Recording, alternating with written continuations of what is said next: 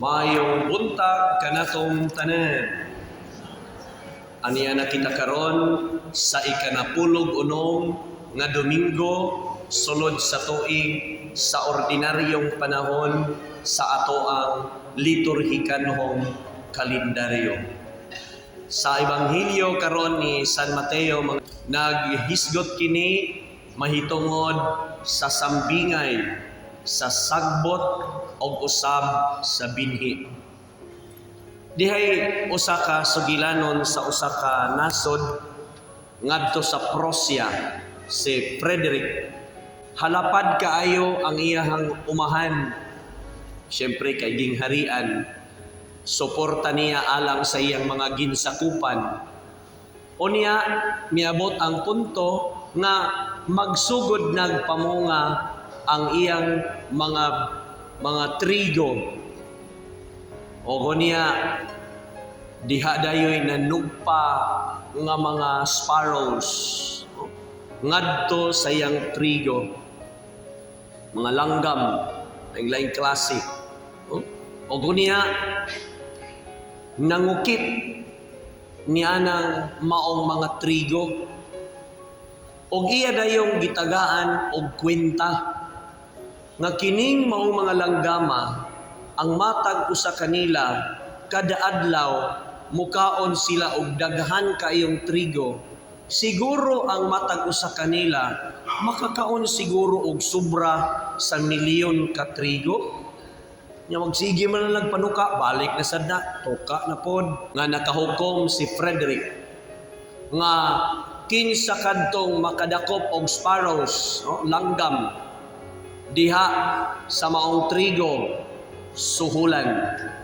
Dunay bayad ang matag langgam nga ilang madakop. Extra income. Mao nga ang mga taga Prussia nagsugod nagpanakop og langgam nga manuka ngadto sa umahan. Tuod man ang tibuok Prussia wa nay langgam. Hurot-hurot aron wa nay magsigig pangaon sa trigo. Apan miabot ang dakong trahedya sa tibuok Prussia. Miabot ang mga don o gitawag natog mga grasshopper. Nga mas kusog pa nga mukaon ni adtong mga langgam.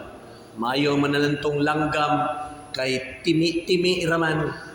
Mutuka og usa, lupad na pod kay mahadlok man silang madakpan. Mao na bitaw sa diha sa rice granary na ay gitawag nato anang si tawagan ng taw-taw nga si tawagan na attorney bong scarecrow. Ana. So ana na to maglihok-lihok. Ibutang gina siya. Aron ang langgam dili mo dool. Karon kay ni banos man ang don o mga grasshoppers nami tugpa niya itong lapad kaayong yuta nga puno sa mga binhi nga nitubo. Kaluoy sa Ginoo, hurot-hurot yun ang ilang mga bugas nga ila untang makaon, konsumo. Nahimo nga adunay famine nga nahitabo sa maong nasod. Mao nga ni adto siya sa iyang ampuanan si Frederick og nangayog pasaylo sa Ginoo. Ginoo, nasayop man gani ko, pasaylo ako. Mao nga nagsugod na sad og pamalit si Frederick sa Prussia og mga langgam gikan sa laing nasod. Ergo, kadto di ay mga langgam maudi ay kadto sila ang nagpaabot sa mga don, sa mga grasshopper nga inigabot ato nila sugdan silang kaon sa maong mga langgam. Kay kanang mga langgam mangaon man day nag grasshopper. Kadto di ay bugas nga sa matag adlaw ilang makuha diha sa maong rice granary, ila ra di ay itong pangtapi-tapi. Nagpaabot di ay sila sa ilang sudan nga mao ang mga apan-apan. End of that short anecdote. Mga igsoon ko diya ni Kristo, gihisgutan karon sa atong santos nga ebanghelyo ang sambingay sa sagbot o sa binhi. Din ang gingharian sa Ginoo susama niini. Ang sagbot dili nato malikayan, utubo gayud kana siya. Bisag imo na kanang gilimpyuhan, naglampisa na ka, ha? Imo nang gibutangan og mga binhi ang maong umahan aron sa iyang pagtubo niini, imo dayong maluyong, apan di nato malikayan nga mutubo gyud ang mga sagbot. Bisag imo pa nang tagod-taguron, imo nang ibudbud ngadto sa maong umahan, okay, fertilizer man ang sagbot, nitubo man gihapon ang sagbot. Sa ato pa, dunay dautan nga nagsabod niini. Sa atong pagtubo, ang gingharian sa Dios susama niini. Nga dili nato ang ayan, nga kuhaon ang mga sagbot nga nagdungan og tubo uban kanato. Kinsa man kining sagbot, mao kana sila kadtong nagpalabad sa ato ang ulo. Kadto kana ang naghimo natog kakulba sa ato ang malinawon unta nga pagbati. Kadto kana sila nga nanginahanglag atensyon. Kadto kana sila ang wala gayud intawon tagaig pagtagad sa atong katilingban. Mao nga nahimo silang sagbot mga biniyaan. Ang Ginoo sa iyahang pagka maampuon o iyang pagkasumusunod diya kanato, misugyot ang mga apostoles, naminaw siya, ato ning kuhaon ang mga sagbot. Ingnan sa Ginoo ang mga apostoles, ayaw kay kaniadto, you were fishers of fish, apan karon fishers of men. Ayaw i-apply ang imong nakatunan sa dagat nganihi sa umahan. Kay ngadtos dagat, human ninyo kuha sa tanan, inyo nang isinsay, musod sa pukot, pilion. Isda nga tilogon, separate. Kang Father Dennis na, kay puti ka na nga isda sa bato, para na iyaha. Isda nga tulingan, tulingig ka na, ihatag na ngadtos Tagaloo, kay himuon na nilang tinapanan. Mao na dres no? Tinapanan. Moabot go na ngadto sa Mabini, ngadto sa katedral, na ay magsuroy ngadto abot taga Danau baka na siya. Dagko ra bagyod nga tulingan nya magsigit-sagit. Tinapanan. O di nagikando. Danau. Si katas Danau eh. Danau di nagikan. Danau. Way pistola diya. Naapod. Secret lang. So, tinapanan. Ihatag na ngadto ang tinapanan. Unya kaningkuan. Loko-loko, butiti kumbiray. Butang na disloyo kay exotic na kapagkaon. Ato ng tarungon o inununan. Lami man aron, ang gawas naman ron ang luko-luko. Lami ba yan ang luko-luko? Imo nang ununan, ya butangag dahon sa sambag. Oy, pagkalami. Higupon imo ng sabaw niya nga pinamalhan.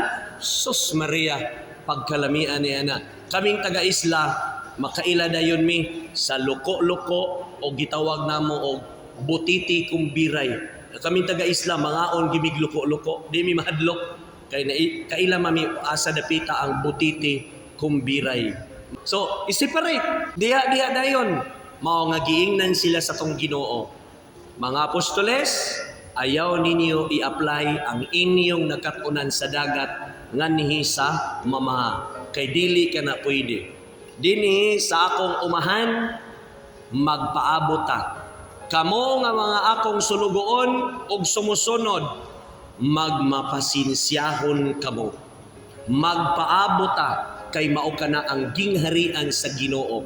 Kahibalong magpasinsya, kahibalong mupaabot hangtod sa tukmang takna nga kita maghimo na sa pag-harvest kanila. Ang gingharian sa Dios susama niini nga dinhi kanato ang Ginoo nagtudlo nga kahibalo siyang mupaabot. Kahibalo siyang mupaabot nga siya kahibalong makakita kinsay sagbot, kinsay dili. Sumala sa atong sambingay karon sa atong ebanghelyo, iya bang gipuo o iya bang gi-exterminate ang mga sagbot? Wala. Ingana siya kamapasinsyahon. Sa atong katilingban, daghan ang mga bad lungon.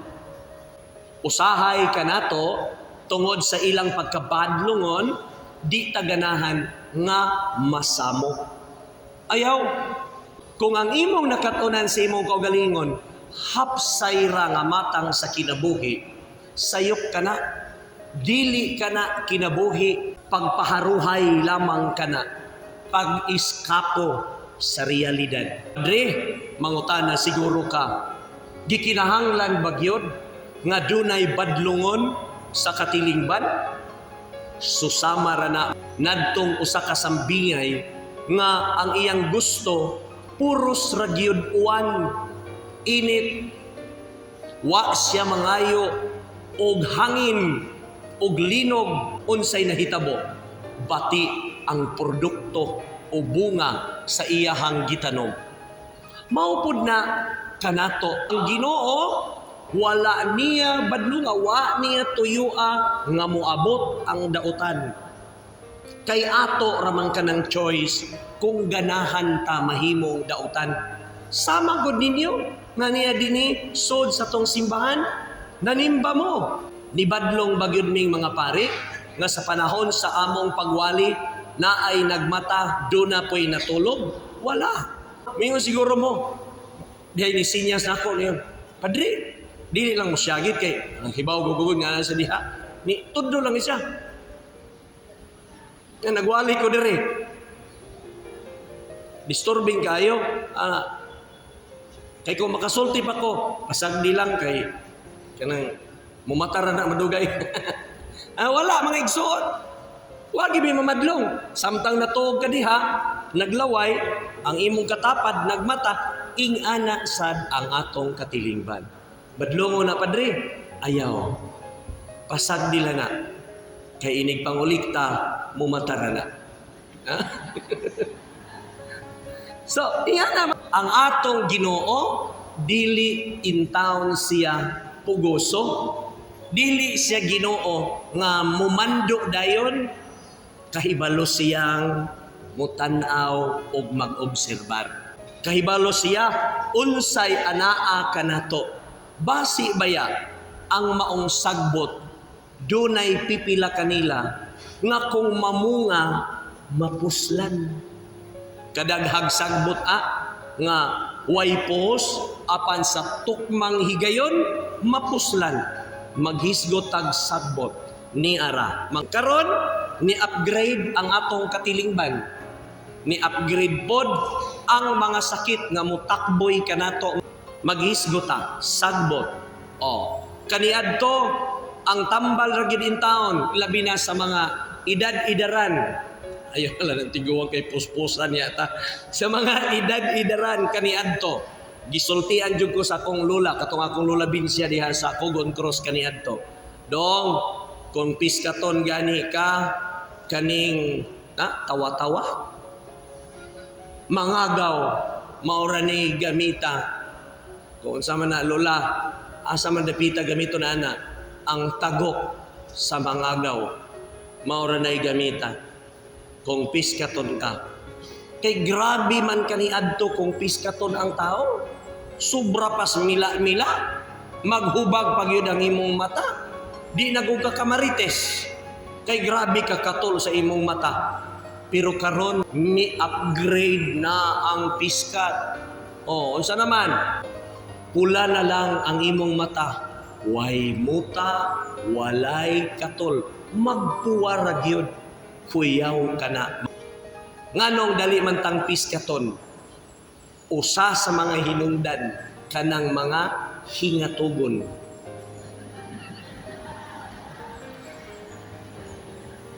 Ayaw yun. Ayaw yun. Pigmaninting magbudlat sa imong mata, basta panahong ting katog yun ka. Ha? Kay kuyaw man na. Unsay tambal, hangtod garon mangagaw gihapon. Sagbot man na. Ha? Sagbot ka na. Naana sa daghang mga damuhan, pwede rin imong gabuton, ilabay. Apan moingon ang Ginoo, ayaw. Nganuman, kay magamit ka na. Sa tukmang higayon, mailhan nato, kinsay magamit, kinsay dili. Ha? Sakto gyud ang Ginoo. Nganuman, kay gitagaan niya ang matag usa og importansya. Kumo kay ikaw sagbot, ibalibag dayon ka, ayaw. Maupod ka na sa ato ang katilingban, sa atong simbahan. Kaniadto na nahimo na siyang badlungon, kay kusog na musuyok. Kaniadto nahimo na siyang badlungon, kay makita na siya sa hungkira. Kaniadto nahimo na siyang badlungon, kay kurap kayo na. Kaniadto nahimo na siyang badlungon, kay tanan nga katawhan iyang sawayon, kontra ang iyang silingan. Apan karon nanimba siya uban kanato, buutan naman kaayo. Mao ba di ay kini ang sagbot nga kaniadto na usab na karon? Mao kana dili nato ma-underestimate ang lihok sa Ginoo. Ha? So mao na nga ang mga apostoles wa gyud niya tuguti, mausad ka nato. Naaunta ta niya ng bertud sa pagkamapasinsiyahon. Ang mahinungdanon, makahibalutang mo angkon, kahibalutang mo tanaw sa ato ang mga apan sa kinabuhi. Nga diin ang Ginoo, maurag yun ang muayo niini. Diha bitaw to'y pare, nagmisa siya. Pagwali nagyud niya, mingon dayon ang pare, kinsa man kaninyo dinhi, ang dunay anak nga mga badlungon, isa ang kamot. Uy, wa may nangisa. Mingon sa dang pare, kinsa man ninyo dinhi nga gikulata sa inyong bana. Nauntay mo isa? Ang iyang bana naaman sa kilid. Hadlok siya, wa na lang uy. Kinsa man ninyo dinhi ang mga bungangira ug asawa, isa mga bana. Sus, tanaw sa bana. Ang usa ni iyaw-iyaw din. Sige, karong gabi di kita padulgon. Bagay mo isa. Kinsa man kaninyo dinhi ang gibiyaan og bana, wa ginangisa. Mao to nahibong ang pare. Mao to niingon na lang siya. Kining parokyaha ideal kaayo. Nga niining parokyaha ang mga tao dinhi walay mga sala, puros mga buutan. Paarion nako ang Santo Papa aron ipanghambog mo nako nga puros mong buutan. Nangatawa silang tanan. O gunya mingon dayon, or di ba kaha nagpakabuutan lang mo apan puros di ay mong mga bakakon. Mga igsuhon ko diha ni Kristo inomdumi nga dili pwede nga sa parasan sa Ginoo kita mamungag dili sumala sa gipaabot nga bunga kanato. Kung ikaw sampinit, mubunga ka, ipakita ang imong bunga. We will see og maayo ba? Kung ikaw usa ka mais, usa ka trigo, ipakita ang imong bunga. Og dihang dapita, ikaw mapuslan sa katilingban. Mao ka na ang gingharian sa langit. Ikaw bakaha sagbot, ikaw bakaha trigo, ikaw bakaha mais, o ikaw bakaha palay. imo kanang pamatud-an sa Dios. Amen.